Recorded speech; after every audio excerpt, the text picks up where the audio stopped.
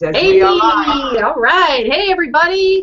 It's the Lynn, Ellie, and Carol show, the $1,000,000 Mission, and we are real excited today because, as you know, we have a special guest, and we're excited because she's just an awesome gal. But you know what we do before we even start, right? We do our toast for your success. So let's do that, gals. My thing. Here we go. Ellie, come on. Toasting you. Oh, coffee. Always coffee. All right. Cheers. Toast. All right. And Ellie generally has the real stuff, just so y'all know. This is going to be all sorts of fun. Oh, yeah. So today, you know what? A lot of people, well, most people that are successful in business anyway, are using a blog, right? So, and we talk about blogging all the time, and you know, we talk about mindset. And last week, I think we talked about, you know, your message. So we put your message, your voice, together with the blog. And our special guest is Michelle Shaeffer, and she's going to bring the gold tonight, folks. And we want you to participate. So please go ahead and put questions in the comments, or you know, thoughts, whatever you want to hear Michelle talk about tonight. But first, we're going to start off and have her tell us a little bit about herself. But I got to tell you, I've known Michelle now for, gosh, I think it's been 6-7 years, something like that, quite a long time. And yeah, and she's the one that got me to start blogging in the first place. So this gal knows her thing when it comes to blogging, but I think we want to know some more stuff, and she's going to get into that for us. So Michelle, why don't you go ahead and tell us a little bit about yourself? Sure. All right. Well, you know, we have known each other for a long time online, Lynn. I think we met through the Ultimate Blog Challenge, right? Mm-hmm. Okay. So yeah, I've been blogging since I think around 2008, and I actually fell into it accidentally. I didn't mean to start a blog. It wasn't my intention. I had no idea how that tied to money or making my business work in any way.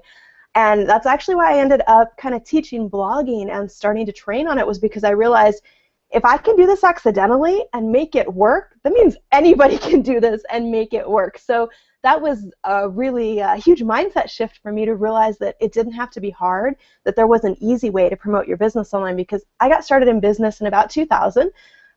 So I've been online for a long time. I started out as a virtual assistant designing websites, helping with building them before WordPress came along and made it all much easier to do. And I didn't know anything about business. I didn't know that I needed to build a list. I didn't know what a blog was. I didn't know really anything other than, you know, I'm a mom, I've got kids that I need to take care of, and I need to find a way to make money online. And so I was determined to figure out a way to start a business and do that. And, you know, I know, Lynn, you know a little more of my story about that because you guys heard me speak in Orlando. But what it evolved into was I was working with so many women and small business owners, entrepreneurs who were trying to figure out this internet thing. How could they make money online? And I would set them up with websites and realize they didn't know what to do next. They didn't know how to get traffic. They didn't know how to let people know that they existed.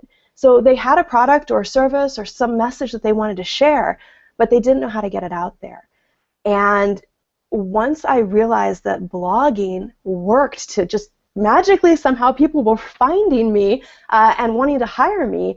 And when I realized and made the connection in my head of, oh, you share helpful information on a blog and people realize you can help them, and then they want to hire you, they want to work with you, I realized my clients could do the same thing, and that it was a really, really inexpensive way to get leads and build a business. And so that's kind of how I fell into blogging and started to train and teach around that. But I've just seen such amazing results. Like you said, most successful businesses now, everybody from, you know, the small business owner who's just working from home all the way up to huge corporations are blogging because they see what it's doing for their business and the potential that it has. Yeah, and you know, the one thing about blogging that you bring to the table is all the different aspects of how to use a blog, because it isn't just a one-trick pony. I mean, there are so many different things that you can do with a blog. It can be video, it can be imagery, photography, and like you said, a coaching blog and all this kind of thing. So I know Carol had a specific question that she wanted to ask you, Michelle. Sure. So let's go to Carol. Well, it's a question, a specific question, but it's kind of a generalized area, and it fits in with the title of our hangout. And I'm wondering, Michelle, if you would address how do you make money from blogging? Sure, and I will tell you. However you want to come into that one, whichever. Okay. Well, let me start with what I've tried over the years, because I can tell you some things that don't work so well as some things that really do, and some missing pieces that come up for most people in this process. One of the cool things about blogging is, like Lynn brought up, it really works for everybody because everybody has a message to share, and it's so flexible that you can choose how you want to share your life experience, your story, what you're here to help others with. And it can be in writing if you're like me and prefer to write. It can be in video. It can be audio. There's so many different ways to share and so many different things you can do with it. But when it comes to connecting, especially for people who are passionate about something and they just want to share about their love for a specific thing, like cooking or homeschooling or how to create the life you want, whatever it is that you want to blog about, it can be tough to figure out how does that connect to me making money. And this is actually how I ended up connected with you guys, Ellie and Carol, because what I saw as I was teaching entrepreneurs to blog and teaching women to blog was there was this huge missing piece, and I'll come back to that in a minute. Okay, so I mentioned that I started my blog accidentally. At the time, I was a virtual assistant, so what I was doing for people was helping manage their email, helping manage their social media, helping update their website, things like that. And I was getting the same questions from people so many times that I just decided to put them on a blog. It wasn't like I'm going to blog every day. It was, I need to have something written so when I get this question for the 50,000th time, I can point people to where I already wrote this answer, right? And that's actually how I started a blog. I was like, I have to put this somewhere so I can save it. And I realized I was getting traffic from search engines. I'm like, how did they even find me? People I didn't know were contacting me, right? And so I realized, okay, putting helpful information out there, apparently lots of people have the same questions. And so, I started a waiting list and had clients, and that's one way that you can make money with blogging is if you have your own business, your own services that you offer, you can use it to find the right leads and to get people coming to you saying, I want to work with you. So you're not out there having to sell yourself, because I'll be honest, I am not good at sales. It's not something I enjoy. It's not my natural talent, but sharing that I can absolutely do. And a lot of women, I think, end up in that area where we don't want to be that pushy salesperson, but we love to share helpful advice. We love to share what we've learned, our journey in life. And so, I started sharing those articles, and it really did make a huge difference in my business. But I got pretty burnt out. Honestly, it was tough working the hours. And anybody who's been a virtual assistant or in coaching or any kind of service business, it can really wear you down and burn you out if you get too many hours into it. And you can kind of get stuck in a trap where all you're doing is trading your time, your specific hourly time for dollars, and it really limits the potential you have to make the kind of money that you'd like and to have the freedom that you want. So I started kind of exploring other ideas as my blog started to get traffic. I thought, okay, I see everybody else doing advertising. I'm going to try that. That was not a good path for me. It was something that I got plenty of traffic, but trying to figure out ad networks and CPM cost and where do I put the ads that they're going to get clicks and then do I really endorse this product? Am I comfortable sending my traffic to this? Because I am really careful with my readers. People who are on my list know I don't promote other people's stuff very often because I care about my community and I want to make sure that they're protected from a lot of the just garbage that's out there on the internet, right? To be honest, there's a lot of stuff out there that's not where we want to send people we care about. And so advertising, it can work, especially if you have a big audience. It can totally work for you. It wasn't my thing. I didn't enjoy it. It was stressful. And I'm pretty techie. So me saying it was not fun to set up, it's just not fun to manage. And it didn't really bring in enough money to make it worth it for me. I tried AdSense, tried a few other things. It turned out I don't like not having control over the ads on my blog. So AdSense was out of the question for me, and some of the other options. So I went to creating my own products and services, and I started creating workshop trainings. That worked great for me. It's what I really love to do, is trainings. But as I would go through with people and teach them how to make money with their blog, what I saw was that a lot of people didn't know how to create their own training. They didn't know how to create their own products. And so I ended up having these conversations with people who they really had, cool stuff to share, and they didn't mind sharing the journey as they learned new things, which is huge online. We love to learn from people who are just a little bit ahead of us, because we feel so inspired when we see somebody like us, not somebody light years ahead of us, but somebody where we're at, doing just a little bit better than we are, because it's like, okay, if that person can do it, I can do it too. And so I'd have the same conversation over and over again of I just want to write about what I care about. I don't want to create products. I don't want to have to be tied to coaching at specific times or services. And for a while, I didn't know what the solution to that was. I thought about PLR, which is private label rights articles. Some of you might be familiar with that. You can buy things and make your own products with it. And there's some things like that out there. It was one of those things that I felt like a piece was missing. I didn't know what it was. And where I went from there was into affiliate marketing, and that worked great for me. I love affiliate marketing. If you're on my list, you guys see me promote things all the time, plugins for WordPress, themes. I promote a lot of stuff as an affiliate, courses from people that I trust. But again, that takes having an audience sometimes, because most affiliate programs, you guys know, what do they pay out at? Not very high. I mean, you can do a lot of work and not make a lot of money with most affiliate programs. You might get 10% or $5 or $10 for a sale that you're working pretty hard to get traffic to. If you've got a significant list, affiliate marketing can be a great option in that way. But so as I was kind of like thinking about all of this and trying to help my audience that I was working with find the right ways to monetize their blog. You've got ads, you've got sponsored posts you can do affiliate marketing, you can create your own products and services, but it still felt like there had to be an easier option. And I remember people introduced me to Empower Network over the years. A lot of people had told me about it, and I was like, oh, okay, that's cool. It's kind of like, Mary Kay or Jamberry Nails or something. Okay, yeah, that's awesome that you're into it. I don't know if it's really what, I don't know.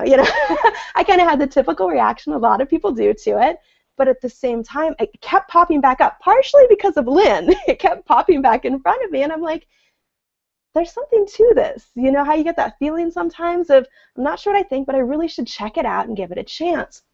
Well, I looked at it, and I kind of played around with the idea, but I never really jumped in. And another year or so down the road, I ended up working with Mars and Kristen, who are helping Empower Network with marketing.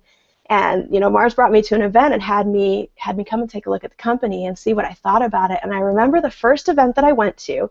It was Charlotte, I think, South Carolina, and being around everybody there at the event, I realized, and it finally clicked for me, that was the missing piece that I'd been looking for in how to monetize a blog for normal people, for people like me that I was working with who didn't know how to create their own products and services, but they really had something they wanted to blog about and share things they were passionate about that other people would enjoy reading. And I remember, leaving the event, and I was like, now this makes sense, because people can write about what they care about. They can focus on just sharing valuable information, sharing their stories, their life journey, whatever they are passionate about, and tie it into products that already exist, things that other entrepreneurs are looking for, and they can make money with it. So you're not worrying about creating PDFs and putting together ebook trainings and making your own videos for products, and what do you put in them, and how do you protect the downloads, and how do you handle taking payments. You don't have to worry about shopping carts or any of that stuff. You blog about what you care about. You link to the products that Empower offers, especially the blogging platform that you're using as a blogger, and you're able to build an income around that. The cool thing is, it's not just a one-time sale. Like ads, one-time sale. Affiliate marketing, one-time sale. When you sell your own products and services, again, it's a one-time sale most of the time, unless you commit and get yourself a little bit trapped in a long-term membership thing that you're creating new content constantly for, which I have been there, done that, did not last.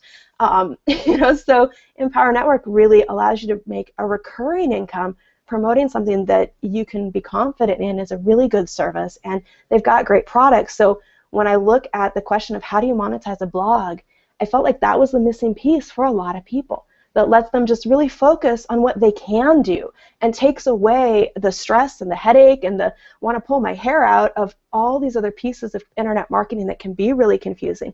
And because it's tied into a network marketing model where you have recurring income and you're building a team, the other piece that's there with it is the support that's missing when you're on your own. And that's what I saw when I went to that first event, was just this amazing community of people that supported each other like you guys do when you get on these hangouts, and you're here for your team and you're helping them with it. And having that mentor and that team around you is such a critical piece to succeeding in business. So I know that was a really long answer to how do you make money with a blog, but that's where I've landed, is that this is a great way to make that money that's a recurring income that you can really build a business around, that's sustainable, that doesn't make you crazy, and that doesn't make you want to pull your hair out with tech frustrations. Yes, and Ellie knows about the tech frustrations because she has shared that many times about pulling your hair out with other WordPress platforms and things like that. So I'm glad you mentioned, Michelle, about how Kalatu, by the way, if nobody knows, means to tell a story.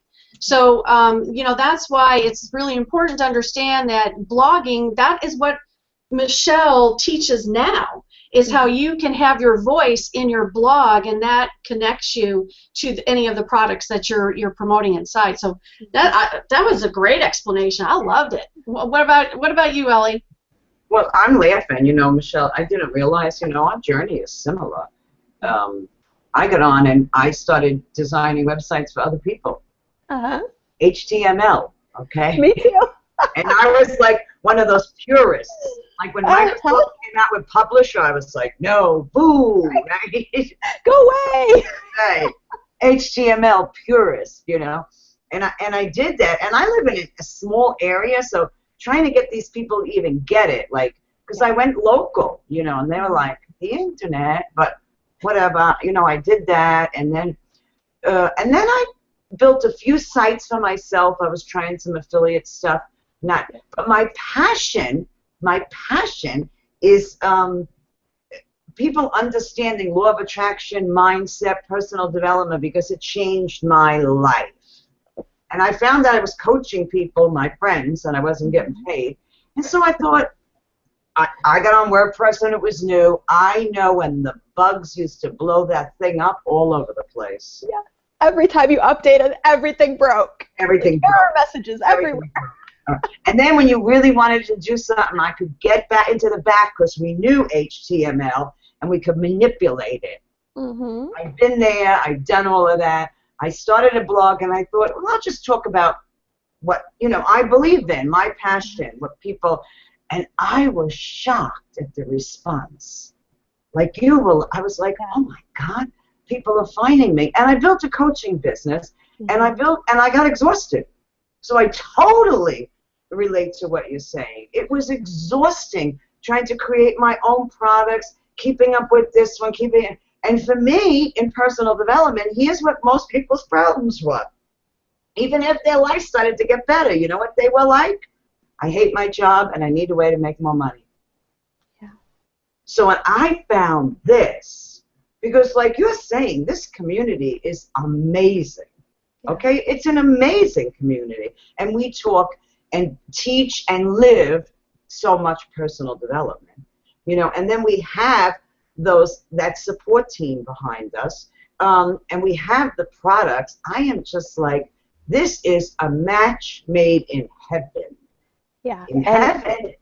Absolutely, and it's so cool that you bring up the personal development piece of things. It's challenging when you decide to go out on your own as an entrepreneur and build your own business, because there are so many mindset changes that you have to make, to really take responsibility for yourself in life and say, this is where I am, got myself here, it's not where I want to be, so I've got to make a different choice.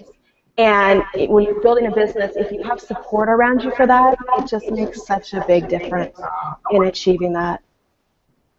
Well, I'm laughing because one of the things I found, I was being other people's community, and I didn't have a community. Yeah.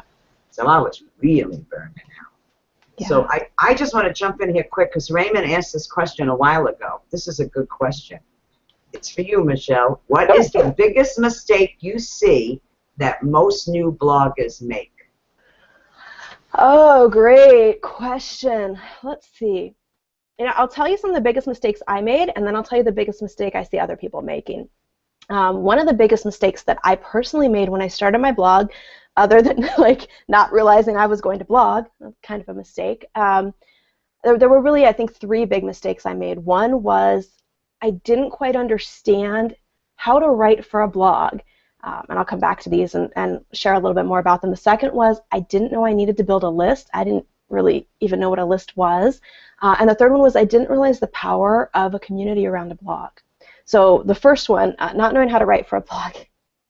I did really well with writing English classes in high school, and for those watching, I've never been to college, so I can't say how I would have done there, but you don't have to go to college to succeed with this. But when I went to writing for my blog, I thought I had to write in, the way your English teacher teaches you to write, and proper English and complete sentences, and everything has to be 4 to 6 sentences in a paragraph with a topic sentence followed by 3 supporting sentences followed by your concluding sentence, right? That's how I thought I had to write, and I see you guys cracking up. I really did, and if you don't do this, if you were to go back and look in the archives of my blog, which you're not going to do, some of my early blog posts, oh, they're terrible. They're terrible because they're so dry. They're so boring. There was no personality whatsoever in them. I was afraid that if I let out who I was, that nobody would want to read it, that it would scare people off maybe. And I also had that like English teacher voice in my head too that I couldn't make her shut up. And I'd proofread 30,000 times to try to make sure no typo got through. The first time a typo got through and somebody pointed out in my comments, I cried the rest of the day. And then I realized the world had not exploded after all. And I relaxed a little after that. But, so that was the first mistake I made was I thought that was how I had to write. I thought I had to be some sort of weird professional-sounding, boring robot. And I've realized since then it's really just, write like you're at coffee with a friend, just sharing information with them. Write in a way that's conversational because as people read that, they get to know you. Share your stories. That's what people connect with. One of the things that I only figured out a couple years ago, 3 or 4 years ago, and I've been blogging for, I don't know, I can't do the math, 2008 till now, what's that, 7 years?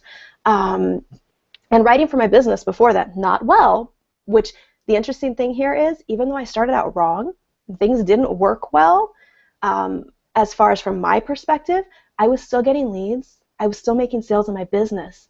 So don't worry about getting everything right. Just worry about jumping in and taking action because you'll figure it out as you go, I promise. And, I'd started once in a while to get a little tiny bit braver. And once in a while I'd mention on my blog Doctor Who or some kind of Marvel superhero or, some of the geeky things that I like. And I would go back and check my comments and it didn't matter what the rest of the article was about. I had all these comments about that little comment that I made about what I liked or my personality. And I was like, wait a minute, which part of this are people connecting with? And it slowly started to dawn on me, and I would let a little bit more out. And I'm a very shy person in real life, so it was scary for me. But I would start to share not just how-to information, which I do a lot of, or success stories, but I would share what I was struggling with or what I had totally failed at. And those were the posts that I would get dozens and dozens and dozens of comments from people going, I thought I was the only one dealing with this. I didn't realize other people struggled with how to build a business or that somebody like you had failed at this before. And when I realized that what people really connected with was just that raw honesty of, hey, you know what, here's what life is like for me, and sharing it in my own way, that was a huge light bulb for me. And now it's easy for me to look back and see, well, yeah, because my journey and my story and my voice are what I have that's unique, and that's what you have that's unique that nobody else has. Even if we all 4 of us ladies, go write a blog post about the same topic, it's going to be completely unique because of our perspective on it, because if we're willing to share our real opinions on it and relate it to our life journey, it's going to come out so different, and it's going to connect with different people. And so that's, one of the ways that I look at blogging is I don't really look at it as I'm in competition with anybody. I look at it as I'm here to serve specific people. those people are going to find me when I'm myself and I get out there and share honestly. So that's the first mistake that I made, was not realizing how I needed to write, and what really attracted people was, you know, that just honest sharing of whatever it is that I'm writing about, letting my personality show through, and just trying to be of service. So from the perspective of what questions do my readers have that I can answer? How can I help them today? How can I write something that's going to encourage them or solve a problem for them? And if you do that, blogging works. So that was number one. Number two mistake, I did not build a list for years. Please don't make that mistake. When I look back, I didn't start building a list until I think it was the end of 2010. I had been in business 10 years. And I went to an internet marketing event. I was Adam Urbanski's event, for those of you who know him, his Attract Clients Like Crazy bootcamp. And I had just about a few months before that, I had finally realized, hey, I should be building a list. I had like 100 people on my list. And he started talking about the importance of it, and it was like a light bulb came on again. I was like, oh, what did I do wrong? You know, so I started building my list at that point. That's actually where the Ultimate Blog Challenge came from, Lynn, was that specific event. It's where I met the lady that I had partnered with in that challenge, and we went at it, built a list just from that of, I don't know, 8,000 or 10,000 people within a couple of years from that specific promotion that we ran it over and over. And there's something to be said for when you find something that works, keep doing it. Don't change it. Don't give up. Keep doing it. But that's the number two mistake. So please get started building your list right away. It's super easy. You know, if you're working with Ellie or Carol or Lynn, I am quite sure they will be happy to give you a link to Aweber or GetResponse. So ask them for it. Easy to use. It doesn't have to be rocket science to set that up and get your list building. And then you can stay in touch with people. I remember one morning, and I hope it's okay, I kind of go on a little bit about each of these points. One morning I was on the phone with a friend, and I had just put a pop-up on my blog the day before. And I was like, can I do that? It felt really scary to me because I had never put a pop-up on my blog. And I'm like, everybody says they hate these. Are people going to, like, not read my blog anymore? And, you know, I had this whole insecurity fit. I don't know if anybody else has those. I do all the time. But I put a pop-up on my blog because I forget which blogger I had read about had tested it out and was like, you got to do this. I'm like, okay, I follow people that are making it work, and I will do what they tell me to, even if everything in me is screaming. So I had put this pop-up on my blog, right? And I wake up the next morning, because this is as I was going through my Get Focused on List Building phase. Try what works, model success, right? And I'm on the phone with a friend the next day, and we're talking about some personal stuff, and my phone keeps beeping, and all these emails are coming through, and I'm like, I'm really sorry. I don't know what's going on with my phone. Hang on a second. You know, I look down, and I'm getting hundreds of subscriptions to my email list. And I'm like, what did I do? Right? You see that happen. You're like, it's excitement, but at the same time, wait, what did I do? Because I gotta do it again. And so I'm trying to think, what changed? And I was like, well, I put a pop-up on, but this is more than just a pop-up, right? And I went and I looked at my Twitter account, because I was like, okay, I did put a link to my blog in my Twitter, because at the time I was new on Twitter.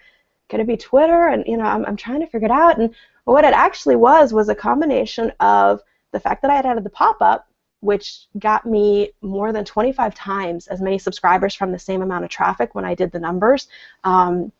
It was a combination of that and the fact that I had written this step-by-step tutorial of how to add a specific a specific service to your blog, and I can't remember which one it was now, but they had seen the article that I wrote, and they shared it on their Facebook fan page, because it was a really detailed step-by-step tutorial about how to use this company's product. And they shared it on their Facebook, and my blog like exploded with traffic. And I sat there and I realized if I hadn't put that pop-up on my blog, I would have gotten maybe a few dozen subscribers as compared to hundreds of new subscribers, because I had gone and done what somebody else who I saw succeeding recommended. I implemented it, and it really did work. So, you know, I started to learn some things like that about list building that made a huge difference. And that's one thing that I love about the Kalatu platform that I know you guys are on, is that it makes those things so much easier. Back then, Ellie, you were talking about HTML. I coded it in HTML because I could not make a plugin work. I tried like 8 different plugins. They either crashed my blog, or there was some really weird code in the window, or it wouldn't center. I mean, oh my gosh, it was a disaster. I remember like, oh, I was so frustrated. And that's one of the cool things about being behind the scenes with Klaatu is testing out the different things that we're considering putting into it, and seeing some of that and going, man, I wish I had this 5 years ago, because all of the problems that I had back then, they just don't exist when you blog on a platform where it's all focused on tools like that for you guys, because that's the main focus of it, is to give you an easy way to get traffic, get leads, and make sales. But I'm kind of off topic here. So number 3 thing I did wrong, trying to remember what I said it was. List building, the wrong voice. Oh, underestimating the power of community. When I first started trying to get traffic to my blog, I didn't get the social networking piece of it very well. I mean, I understood, okay, I should share it on social networks, but I thought it was up to me to do all the sharing. I thought, I've got to get it out there, I've got to push it everywhere and syndicate it, and I got pretty good at some of that, but then I started realizing the real power in it was when other people shared my content. When I figured out how to encourage others to share my content, because I can stand on the corner all day long and scream, hey, my blog's awesome, come visit me. But if your friend comes up to you and says, hey, this blog was really helpful, go check it out, you're going to listen to your friend, right? There's something about that magic that happens when you get some of your readers sharing your content with their friends and their community that just builds your community in an amazing way. And I didn't connect that at first. So I didn't have social network sharing buttons on my blog. I didn't know I needed them. I just thought, I'll copy and paste the link into Facebook. I'll copy and paste the link into Twitter. And that was good. It was a good first step, but I was missing the second half of that equation. So those are 3 of the really big mistakes that I made. I think the biggest mistake that I see other bloggers making, and it's tough to narrow it down to one. So I'll say there's really 2. Number 1 is not focusing on the right things, because a lot of people will either focus on themselves, in a sense, like just writing content that is not focused on who their readers are. And it's the same content, you've just got to keep in mind the perspective. Every single post you write, you need to think, why would someone read this? What are they getting from it? What's the big walk away for them? Make sure your post says that at the beginning and the end. Tell them why they need to read it, tell them what they just learned and what their next step is. Because one of the other things I realized was magic is if you can get someone to try something that you've suggested in your blog. Because if they try it and they get a result, they're going to come back. Or if they can even just imagine themselves trying it, if you break it down in a way that they can say, hey, I could do that, they build that trust with you, and they want to come back and read more from you because you've made it easy for them. So that's the first thing, is really focusing on that perspective of, I'm here to be of service to my readers. What are they going to get out of this? The second mistake I see a lot of bloggers making is they think their work is done when they hit publish. That's only the first half of the job. Once you hit publish, that's where the real fun begins, is in promoting it. You put your heart into what you wrote. It deserves to get read. So don't leave it sit there on your blog waiting for readers to find you. Get out there and find your readers. So that's the second biggest mistake, is not having a marketing and promotion plan for your blog.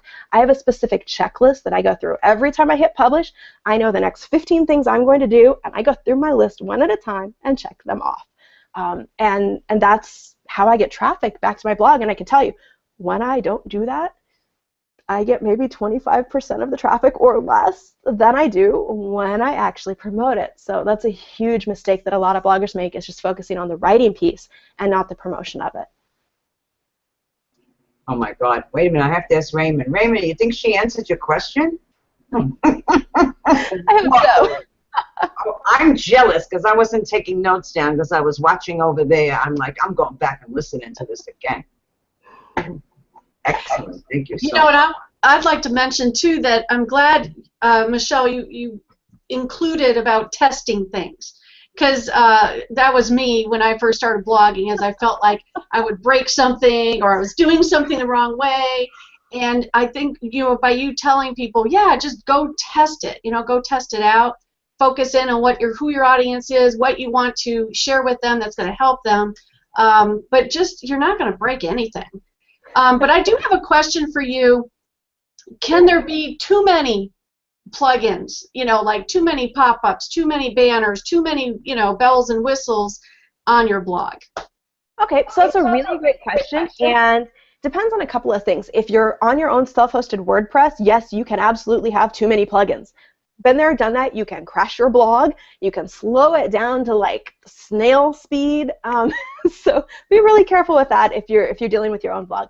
As far as too many plugins in the sense of like things popping up everywhere and bells and whistles, it really depends on your readers. And there's always a too much and there's always not enough. You know, everything, you got to kind of find that happy medium. But think about it from your reader's perspective. You know, if you've got certain audiences are more or less used to certain types of marketing, you know, I don't think there's anything wrong with having a pop-up on your page, especially if you set it to only come up once. You know, you don't want to, every time somebody goes to a new page on your blog, have, you know, pop-ups everywhere. They're not going to stick around. But if you got, you know, one pop-up on there, and especially if it's a good offer, that's what you've really got to pay attention to with what you put in your pop-ups is this something that my reader wants? You know, if I put on my blog a pop-up that is, you know, how to house train your cat, okay, that's one pop-up, that's too many, right? Because it's not focused on what my blog is about. I could put a pop-up on how to make an apple pie, and again, that one pop-up would be too many because it's not what my readers want. But if I've got one pop-up that comes up when you first land on my blog that says, you know, here's an ebook about exactly how to create your marketing plan for your blog post, the next 10 things you need to do to get 100,000 visitors to your blog this month. That's something my readers are going to want. They're going to opt in. And maybe, you know, I show them that on the first page, and when I go to another post on my blog, there's another offer that slides in from the side that says, hey, if you like this post, come check out this one. Think about your reader's journey through it and what their experience will be like, and then you can be smart about how you add those things to your blog. But you can absolutely use multiple strategies like that, you know, have pop-unders, some of the things that we've got enabled in Klaatu and that you can add to your own blog if you've got a little bit of tech know-how, if you're on your own. It's absolutely smart ways to market. Just always keep in mind, what are my readers going to think and feel as they go through this part of my blog? Is this something that's going to connect for them and offer value? Because if you stay focused on that and you watch your metrics, you know, track it, like you said, test it. If you put up 2 different pop-ups and suddenly your traffic goes away, you might want to reevaluate, change the offer, change the timing on them. There's lots of different things you can adjust, but yeah, absolutely. I think you can use more than one strategy like that to get leads, and I think it's very smart to do that and dial in what's working for you. But again, don't ever let fear of making a mistake with something like that stop you from trying it, because you can always adjust as you go, but you got to get moving, got to get testing things and trying things to see what works. We have another question in the chat here for you, Michelle. Okay. It's from Deb, and it says, oh, I just lost it here. Well, let me go to them. What do you recommend for word count on a post? She says, I know Neil Patel suggests long posts, but when the average blogger is not popular and the know, like, and trust factor is not developed yet, people may not read the long posts. What's the best length to aim for in the beginning? So that's a great question. There's actually multiple questions in there, and the answer that nobody's going to like that I'm going to give is exactly as many words as you need to say what you need to say, no more and no less. And the reason I say that is, you know, depending on what I'm writing about, there may be a topic that only requires 3 or 4 paragraphs for me to get across something really powerful. Because maybe it's about, you know, a specific mindset shift, or it's about a perspective around something that doesn't require 2,500 words, and it would kind of be crazy for me to stretch it out if it's not needed. But on the other hand, if I am writing a blog post that's, you know, here's 103 different things you can blog about, which I have written, and I don't know, it was thousands and thousands of words, well, it made sense in that case to have that really long blog post, or if you're doing a really detailed how-to. So it really just depends on what you're writing about. I don't worry about word count. I actually rarely look at it at all, other than when I write a first draft of a post, I usually end up with about half as many words in my final draft when I hit publish, because I'm one of those people who's very verbose, and I'm reminded of this all the time, keep things shorter. So I go back and I edit a lot so that I'm not repeating the same thing, or, you know, saying the same thing 5 different ways. So I tend to shorten my word count. However, here's my kind of response to the know, like, and trust and the long post thing. Writing content like that is how you build know, like, and trust with people. Because writing what's called a cornerstone or authority post for your blog, and this isn't something that I do every day, but a couple times a month, I will try to sit down and write a really kick butt post that is 2 or 3 or 4,000 words long, with the goal of, this post is not just for today. This is cornerstone content for my blog. This is something that shows me as an authority on this specific thing I'm writing about, and it's something that I'm going to come back to. And a year from now, you're still going to see me promoting the heck out of that post. It's something that I'll turn into a PDF. I'll use it as a lead magnet. I'll do a lot of things with it. So when I write that kind of content, I have multiple purposes in mind for it. So it's not like I'm spending 12 hours on a blog post that's only for one day. Right? So it makes it a little easier to justify in your head when you think about it that way. You're going to use this content in different ways. But it really is how you build that trust factor with people, is those long posts. Search engines love them. So if you're looking at search engine optimization as a main strategy, you do want to aim for 2,000 words, or 2 to 3,000.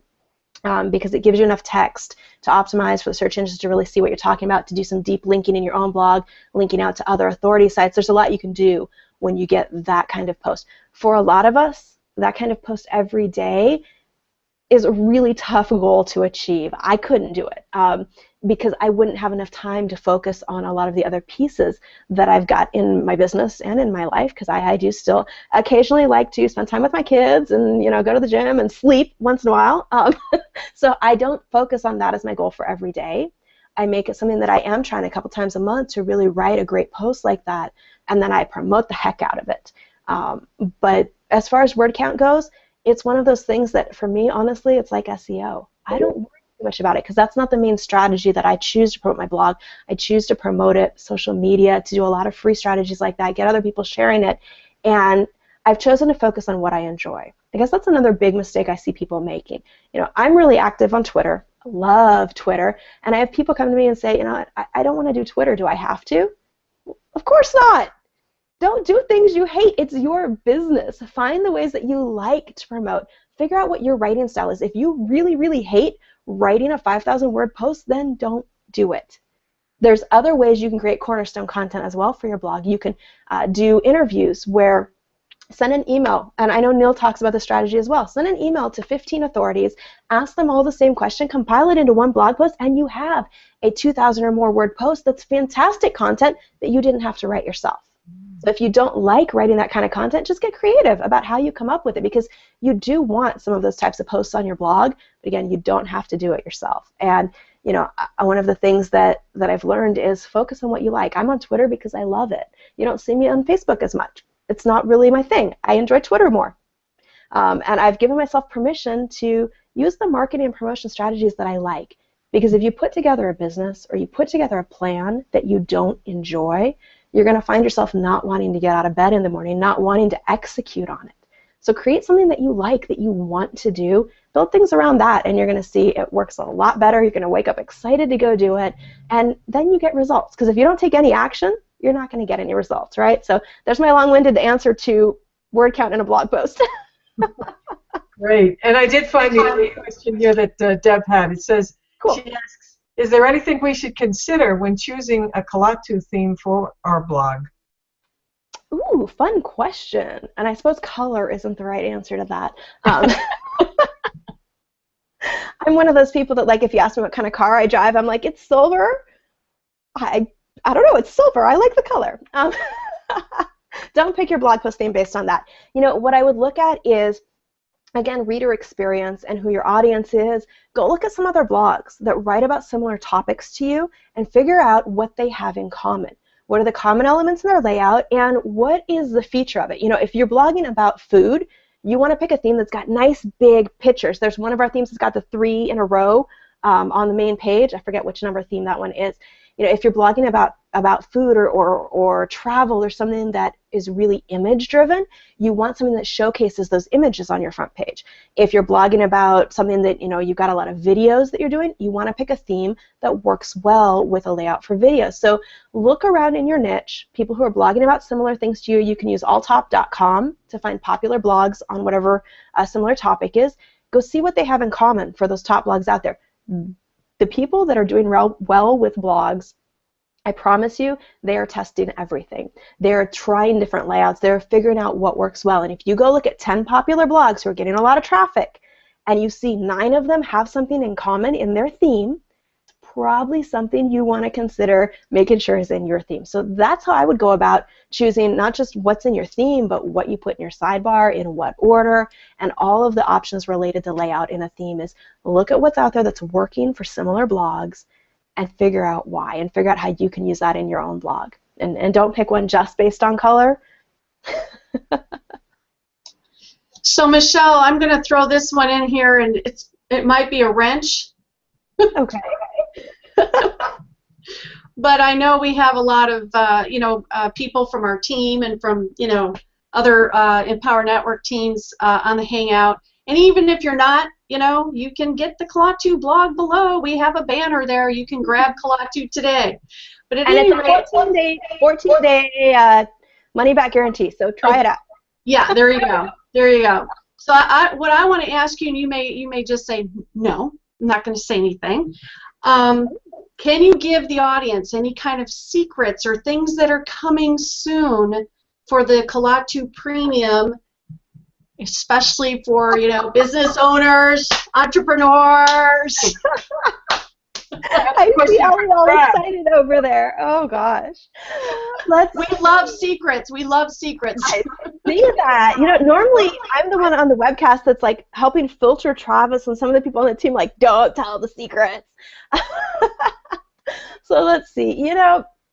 There are a lot of things in development, and I think, let's see, what would I be allowed to share without getting in trouble here? Anything. We won't tell anybody. You won't tell anybody? Only the people listening. Okay. No one is to share any of this. Nobody report me. And for those who maybe are on and aren't familiar with Kalatu, or why they're asking me for behind-the-scenes info here, it's because I help manage some of the projects that are going on with new plugins, new themes for Kalatu, and I work with the team. The platform really is focused on helping you get online quick with your blog. So setup is super easy. You've got your themes. You just click activate. You don't have to go download anything. You don't have to install anything. No more FTP programs or HTML, LE. I know. Thank you. But really, everything that we're rolling out is focused really on making business online easier, giving people the tools to be able to do things like easily build opt-in pages, easily build, download pages for PDFs or ebooks.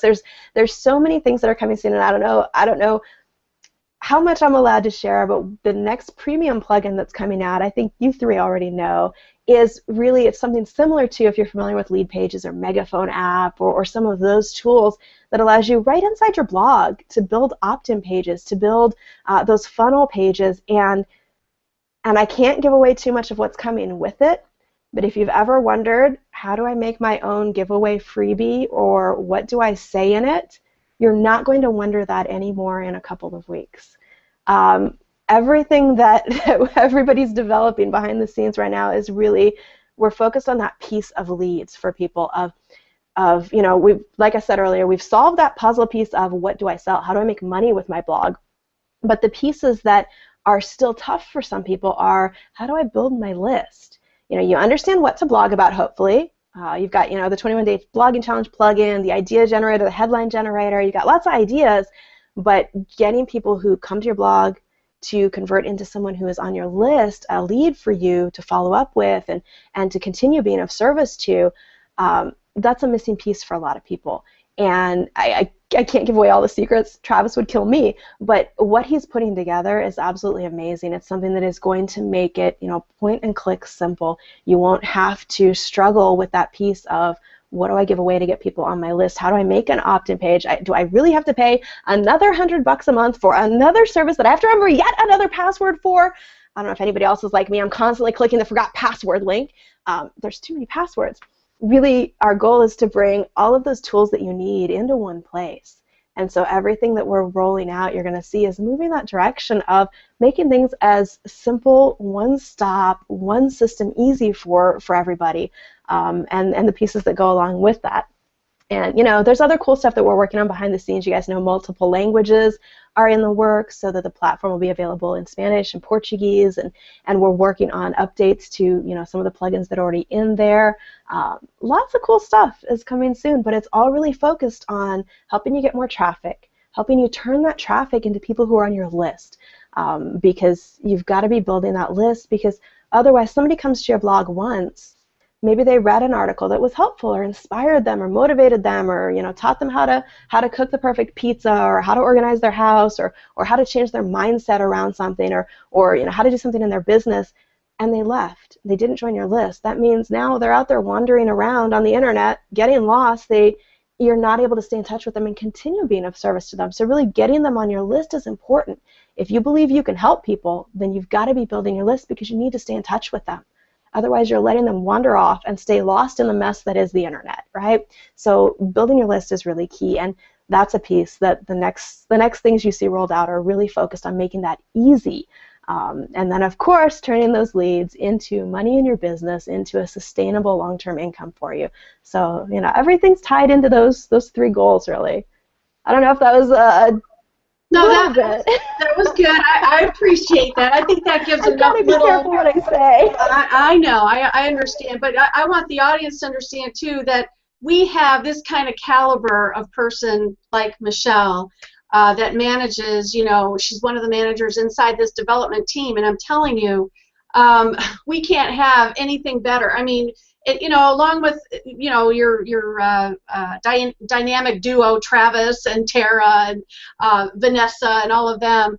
I mean, we have a powerhouse of people that they have one thing, and that is to make all of us successful, to think about what can they do to make all of us successful. And that's our purpose for our $1 Million Mission.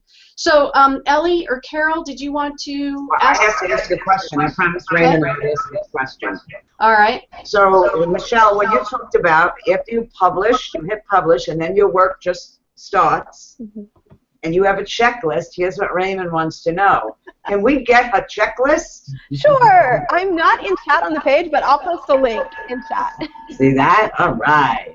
Yeah, absolutely. Thank you so much. And the other thing we should make sure they get a link to in chat is the blog post planner. I don't know if you guys have that link handy. I can find it if not, because that one also gives you some really great tools for staying on top of you know, the promotion piece of it and the monetization piece of it, because the other thing that bloggers miss is every single post you write should tie into building your business. It should tie into bringing money in for what you're doing. So, you know, yeah, we'll definitely get both of those links. And there it is. Lynn has it printed out. Awesome.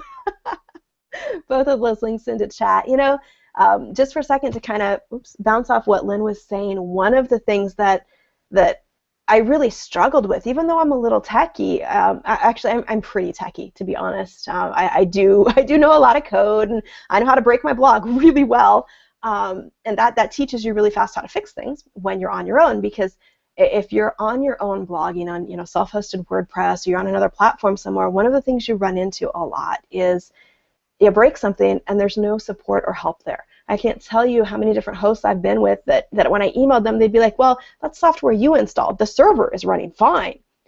Great. I love that the server's running, but my blog isn't. And, you know, you mentioned Vanessa, and one of the things that I love about Kalatu and Empower Network is that it's got an actual support team with actual real people who use this platform. They know it inside out, and they're there to answer your questions via email, via the Facebook group. You can get them to call you on the phone and walk you through things. And you know, there's so many elements of support with it that really make a difference in your success and your level of hair still on your head. So that's something that, you know, I think is really missing for a lot of people, and that I love about it. And you know, you mentioned the team, and it's a lot of fun to be part of the team because everybody brings different pieces of expertise to it. You know, like Vanessa has this amazing expertise with social media, and if you watch the support blog, she's always sharing how to do cool things inside the blog, how to do cool things on social media, and it's such a great resource to have her out there helping people. Tara is just absolutely amazing at what she does. She's always listening for what affiliates need, for where they're stuck, for what the challenges are, and bringing it to us and saying, okay, Michelle, you have to fix this. And that's one of the things that I love, is that it's a company that's actually listening to what's broken, what's not working for people, where are they getting stuck, what other tools can we provide to make this easier, to make this business online thing something that's not only easy to do, but that people really love doing.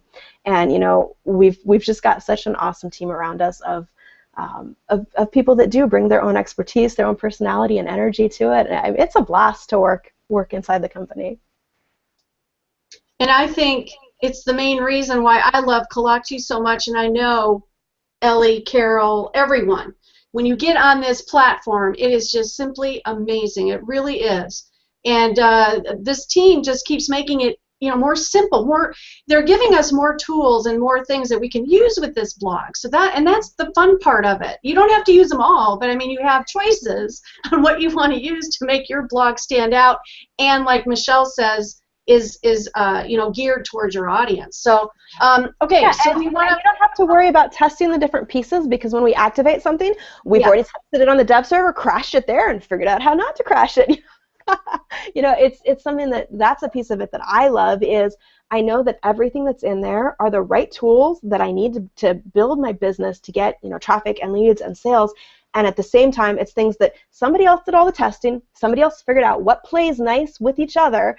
And when I use it, I don't have to deal with that curve of, is this plugin going to crash my blog when I click the button, or where do I go to get help on this? Because, you know, there's tutorials in there, video walkthroughs. You guys know sometimes I create them. You get them from Travis. There's everything's built in around those, so that you're inside kind of a safe system. And that's what I like about it, is that everything that you need is there, and anything that you don't need is not there, and you've got the support and the system, and you can play without worrying about everything exploding.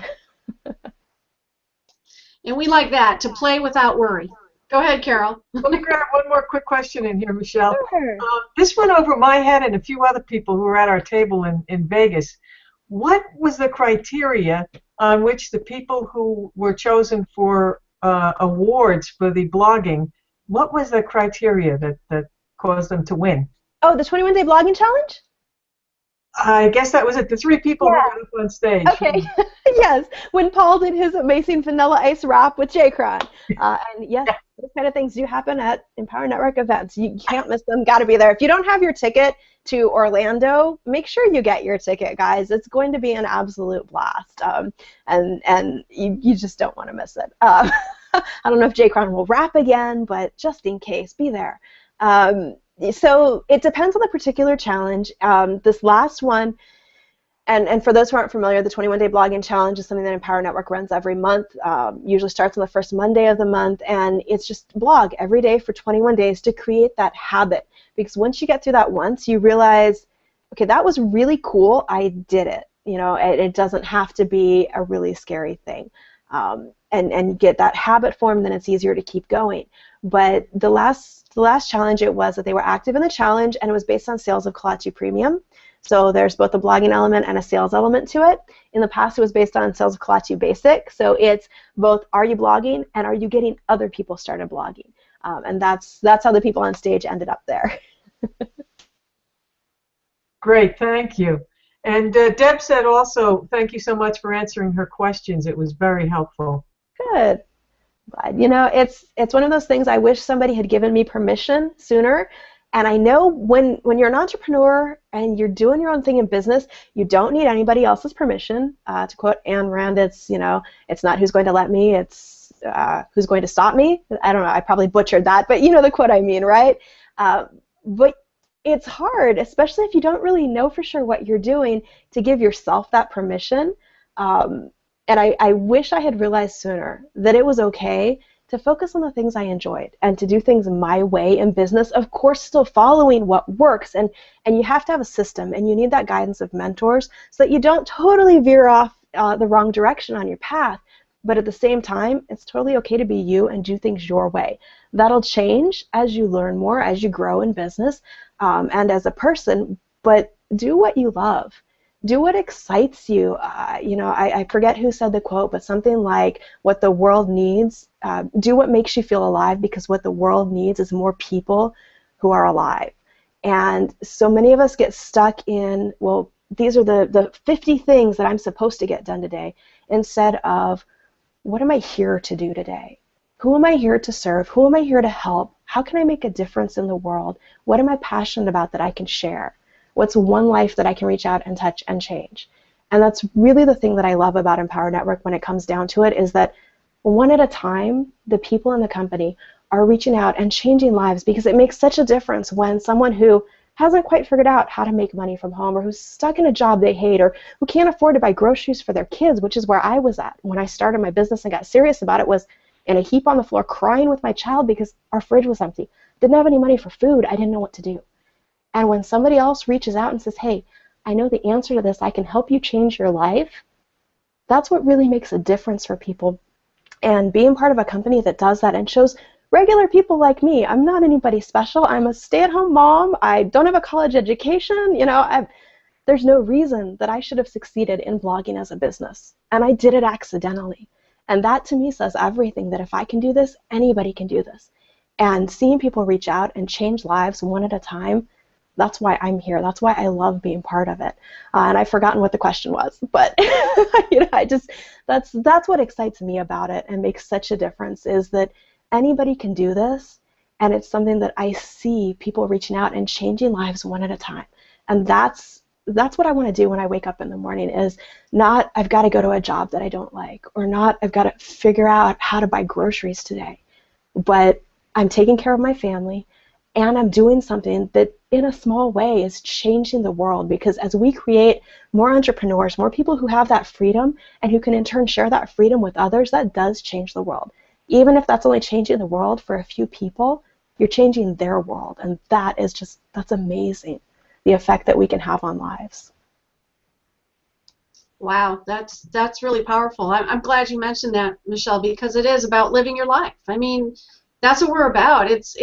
Yeah, you have to make money, right? You got to make some income, but you've got to buy food and pay the rent. Yeah, but if you're not enjoying your life, that's like, me and Carol, escaping the corporate world after decades of being robots, and going to a certain place at a certain time and commuting and all that kind of stuff. And now we get to, like you say, paint our picture, Yeah.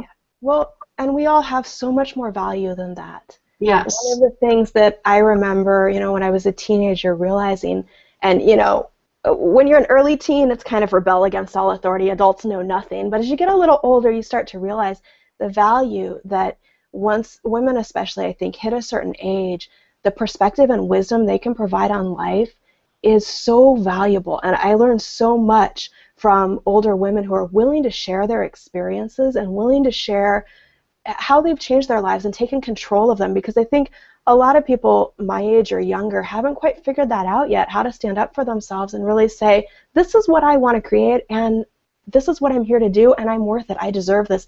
I am more valuable than being stuck in a cubicle or trapped in a job that I hate. And that's what I love about being an entrepreneur and helping other people find something they can do from home as well for a business. Is really, I think it's a journey to discovering your own value and helping others discover theirs as well.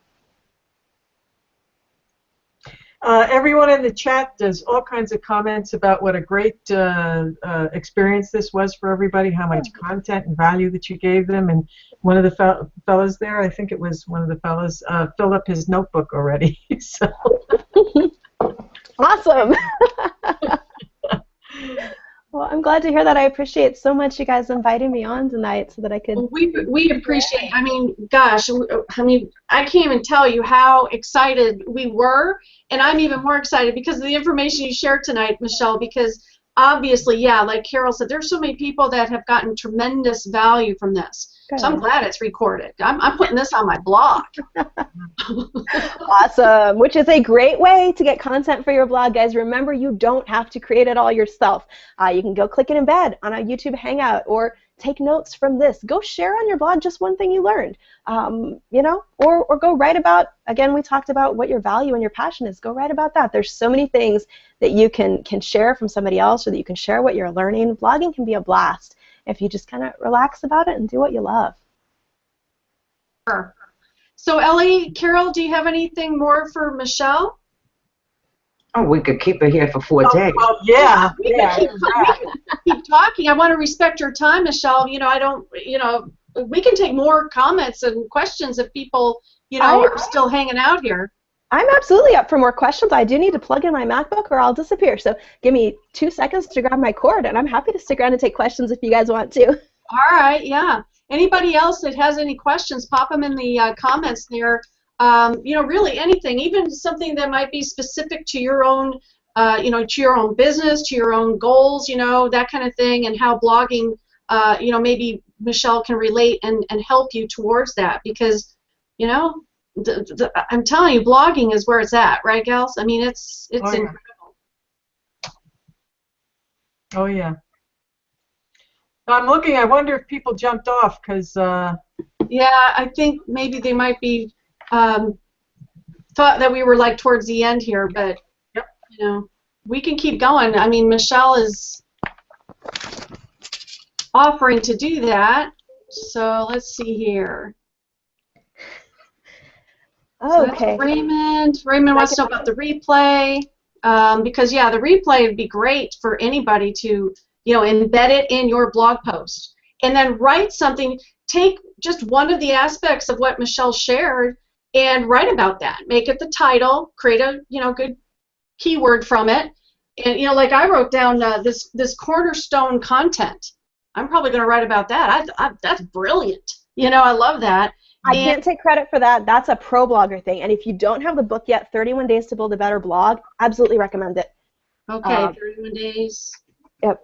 Pro blogger is great for things like that. So that's where I learned that one. All right. That phrase specifically of cornerstone content. Okay, and that was pro blogger, which I love too. So I will definitely. Problogger.net will take you there. Yeah, and then the mistakes. For new people, what not to do. Or try not to do anyway. That's another topic you can write about. Lots of what not to do. We learn from our mistakes, right? Absolutely. Sometimes more than once. Let's see. Does she set monetary goals or visitor goals or both? That's from Deb. That's an interesting question. You don't have goals. You don't know when you've hit them. Yes, yeah. I set goals for both. You've got a minimum baseline you need to make each month to cover bills. So that's definitely one monetary goal. I set goals for each piece of what I'm doing. So I've got numbers that I want to hit for traffic. I've got numbers that I want to hit for specific posts. Let's see, what other number related goals? I've got goals that I try to hit for time on my site, for number of page views, and more so than a specific number for those, what I'm always trying to do is just better than I did yesterday. So I'm always looking for, not measuring myself against anybody else, but just looking for the best version of my blog that I can come up with, and always beat what my last numbers were. So I'll look at my traffic for this month. I'll say, okay, this is what I hit. This is my target next month, and just shoot to every month improve what I'm doing. And that's kind of how I set my number goals. But yeah, I do have number goals. I do track my stats, and I watch them, and I make notes on, okay, I changed this in my promotion plan. Let's change that back quick, or if I see my numbers went down, then I go, okay, what did I do differently? Was it content? Was it promotion? What changed? Was it there was a holiday? Was it whatever the pieces were? And if they go up, then of course I'm looking at, okay, what did I do different that worked? Keep that. So yeah, absolutely, testing and tracking and setting goals is key. And then, I'm sorry. No, you go ahead. I was just wondering, Michelle, how you comment on other blogs. Do you use a virtual assistant? Do you use outsourcing or anything like that to to do some of that? Not for that piece of it. That's all me. The strategy that I use for commenting, and it really depends on what phase I'm in my business and or in my blogging cycle, so to speak. And the reason I phrase it that way is that if I have a specific keyword or specific topic that I want to get more traffic based on, then I have a very specific strategy of I'm going to go comment on blog posts that are about that topic and get a link to my post with my comment, right? Because I don't always just put in michelleshaeffer.com or girlbloggernextdoor.com as my link. I put in a specific blog post that's related to whatever I'm commenting on, because I want people to go to content that they're going to like, that they're, there's a connection there. But most days what I do when I'm commenting on other blogs is there's two things that I really focus on as priority. One is trying to return comments for people who have commented on my blog. So that's where I start, is people who've commented on my blog. I'll go comment back on theirs as much as I can. And then the Facebook groups that I'm part of, comment on those blogs. And then, if I'm trying to get more traffic to a specific post, I'll use a different strategy for that. But yeah, commenting's all me. I haven't figured out a good way to outsource my personality. So unless I could find someone who sounded like me, I probably wouldn't outsource that piece of it. There are other things that I do outsource, or more so than outsource, I automate a lot of stuff. Blog commenting is something that I haven't automated because I haven't found a good way to keep me in it and make those real connections with other bloggers, which is the value in commenting. As far as the pop-ups are concerned, Michelle, do you find that it's preferable to have one like some people have them in the beginning, in the middle, at the end, on the top, on the bottom? Does any of that matter, or it's more the content of the pop-up? Both. It matters when you think about what a reader's path is. Now, on a home page, very often it'll work to have a pop-up come up either right away or positioned at the very top, so really prominent. On a blog post, I will generally set a delay for a pop-up. So they've either scrolled down through part of the content, they're already reading it and liking it, and then I make an offer, or they've been on the page for 30 seconds and then the pop-up comes in or slides in.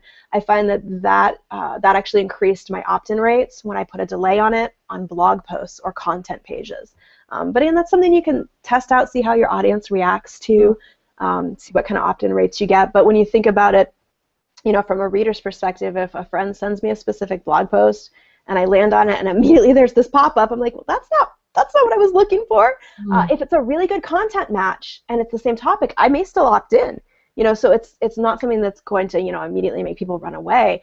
But if I'm starting to read through your content, I'm like, I love this, and then I see the pop-up or it's at the bottom of the blog post, for me that's increased my opt-in rates. But again, it's something you can test and see what works for you. Okay, good, thank you. Yeah, I know Ellie on the blog post that she mentioned about her law of attraction in that business. She hesitated about putting the pop-up in for the same reason, people aren't going to like it, but she put one in, and darn it, it did increase traffic. Yeah. It's funny because my traffic didn't actually go down at all. When I first started using pop-ups, I was sure it was going to traffic's gone, but it didn't. And it really is just about the content. If something valuable is in that pop-up that people want, why would they click away and leave? They're going to opt in. And it's not that hard to click the little X and go back to the blog post if that's what they really wanted. And if you're looking, traffic and bounce rate are not the only numbers that matter. What you're really looking for is people who are interested in what you're offering, who want to work with you. And so if you put up an offer on your blog and people are immediately freaked out by the fact that you're offering them something cool and they're not interested in that, they probably aren't the right fit to work with you anyway. So you can't be afraid to lose some of the wrong people to get some of the right people. Oh, that's profound. I like that. I realized this when I started, when I first started blogging, I was writing these really detailed posts of how to do different things, and it was my first experience with hate mail. I would get these emails and comments from people of, why are you giving this away? Now they can go do it on their own. Nobody's going to hire you. Nobody's going to hire me. And it's such a lack and scarcity mentality because, number one, if they know how to use Google, they're going to figure it out. I would like to be the person who helps them figure that out. And number two, when you explain things in that grade of detail, the right people who are looking to hire someone to do it for them or who are looking for the next step still got in touch with me because they saw that I knew what I was talking about. And it was at that point I realized I wasn't writing for certain people.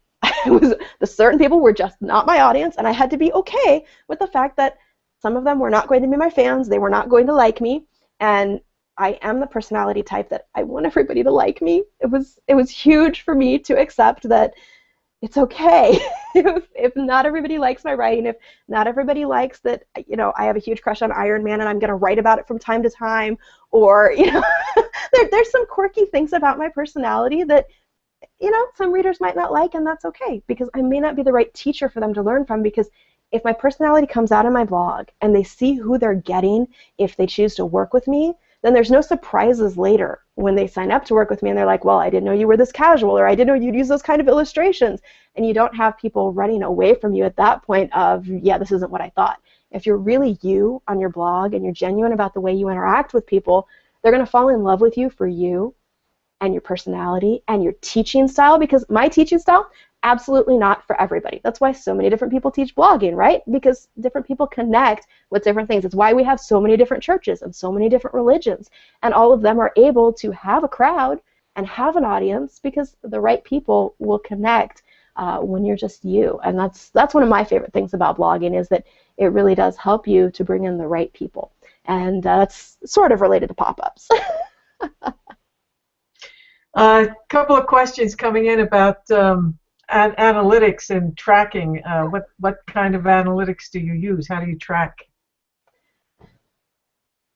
That's a tough question.